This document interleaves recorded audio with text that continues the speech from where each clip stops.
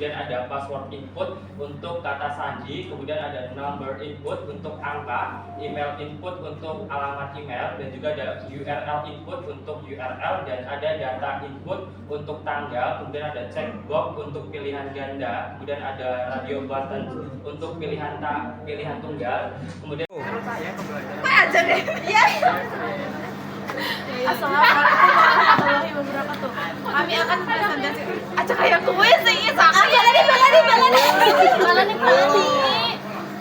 Ayo kita runtuhin. Balani yuk. Assalamualaikum. Ya Allah. Ya Allah sih dia. Kakak para presentasi yuk. Lah di dalam aku lebih percaya. Gue masalah gue. Presentasi gue. Ya kan lebih baik kalau merokok sih. Assalamualaikum warahmatullahi wabarakatuh. Waalaikumsalam. Ini kenang apa ini? Banteng gue bal. Gak mau dibanting ngomong lagi. Cepet sih lah.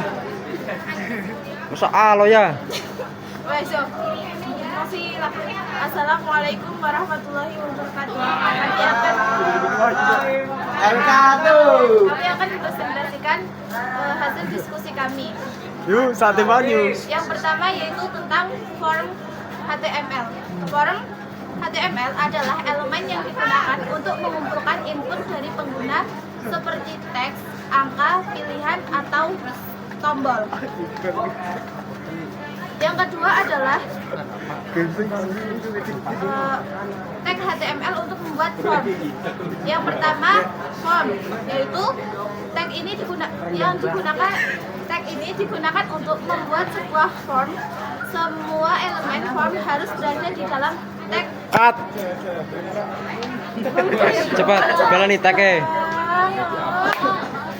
Hilir, cepatlah. Tag ini digunakan untuk membuat sebuah form. Semua elemen form harus berada di dalam tag ini. Yang kedua, input. Tag ini digunakan untuk membuat berbagai jenis input file seperti textbook, checkbook, radio button, dan sebagainya. Yang ketiga, cell. Jelas. Tag ini digunakan untuk membuat drop down list. Yang keempat, option. Tag ini digunakan untuk membuat pilihan dalam drop down list. Yang kelima, text area. Tag ini digunakan untuk area teks yang lebih besar, di mana pengguna dapat memasukkan teks dalam jumlah yang lebih banyak daripada elemen input biasa bisa. Yang keenam, label. Tag ini digunakan untuk memberikan tabel teks pada elemen form seperti input file dan drop down list. Yang ketujuh, button. Tag ini digunakan untuk membuat tombol pada form, atribut, tipe digunakan, type digunakan. Yang selanjutnya yaitu macam-macam input pada HTML form. Yang pertama, text input. Input ini digunakan untuk memasukkan teks dari pengguna. Contohnya, pengguna tag input type sama dengan teks. Yang kedua, password. Input ini digunakan untuk memasukkan kata sandi atau password yang tidak terlihat oleh pengguna. Contohnya, pengguna tag input type sama dengan password. Yang ketiga, email. Input ini digunakan untuk memasukkan alamat email. Tag yang digunakan input type sama dengan email. Yang keempat, number. Input ini digunakan untuk memasukkan angka. Contohnya, pengguna tag input type sama dengan number.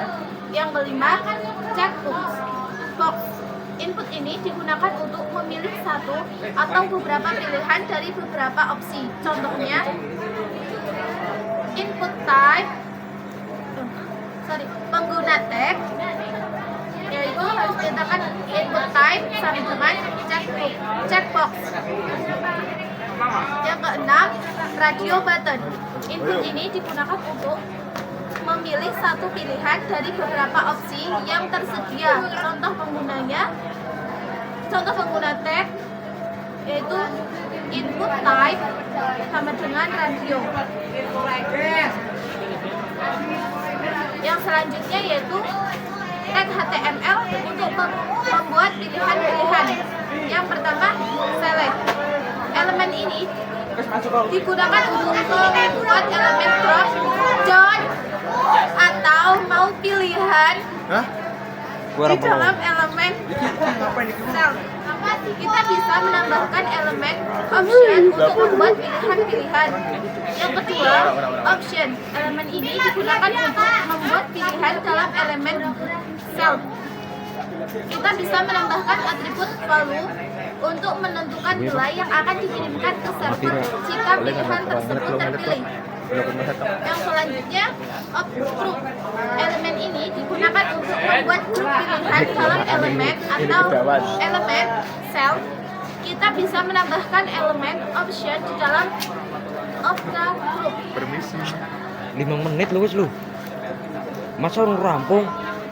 Selanjutnya, tag label pada form. Tag label digunakan dalam elemen form HTML untuk memberikan label atau nama pada elemen input tertentu. Label ini membantu pengguna memahami apa yang diharapkan dari input yang diberikan. Berfungsi sebagai wadah atau container untuk teks label.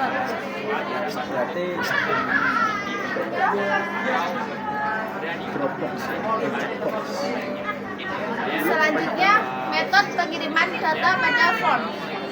Yang pertama, metode get. Di dalam metode ini, dalam form dikirimkan sebagai parameter di URL. Data tersebut dapat dilihat oleh pengguna dan tersedia untuk penyimpanan di cache, browser, atau server. Yang kedua, metode post. Dalam metode ini, data form dikirimkan dalam body HTTP request. Data pengguna dan tidak tersedia dalam cache browser. Sekian presentasi dari saya. Wassalamualaikum warahmatullahi wabarakatuh. Saya Pak Kami.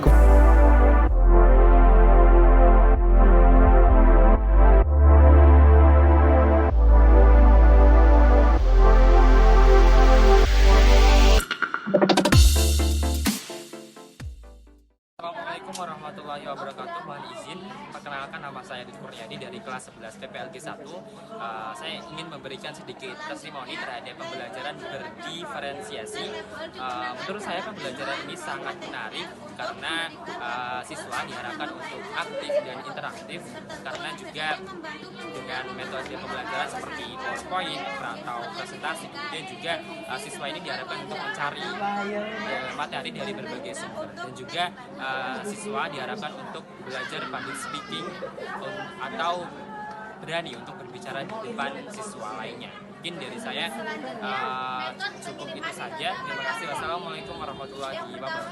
Assalamualaikum warahmatullahi wabarakatuh. Perkenalkan, nama saya Wafik Ayla Azura. Saya akan berpendapat dengan pembelajaran berdiferensi. Menurut saya pembelajaran berdiferensi ini sangatlah menarik, lebih membuat kita lebih percaya diri berbicara di depan banyak orang, lebih dekat dengan teman-teman, lebih mudah memahami semua materi karena bisa mencari materi sendiri di browser internet. Terus lebih bersolidaritas dengan teman sekelas dan lebih aktif dalam pembelajaran ini. Terima kasih. Wassalamualaikum warahmatullahi wabarakatuh.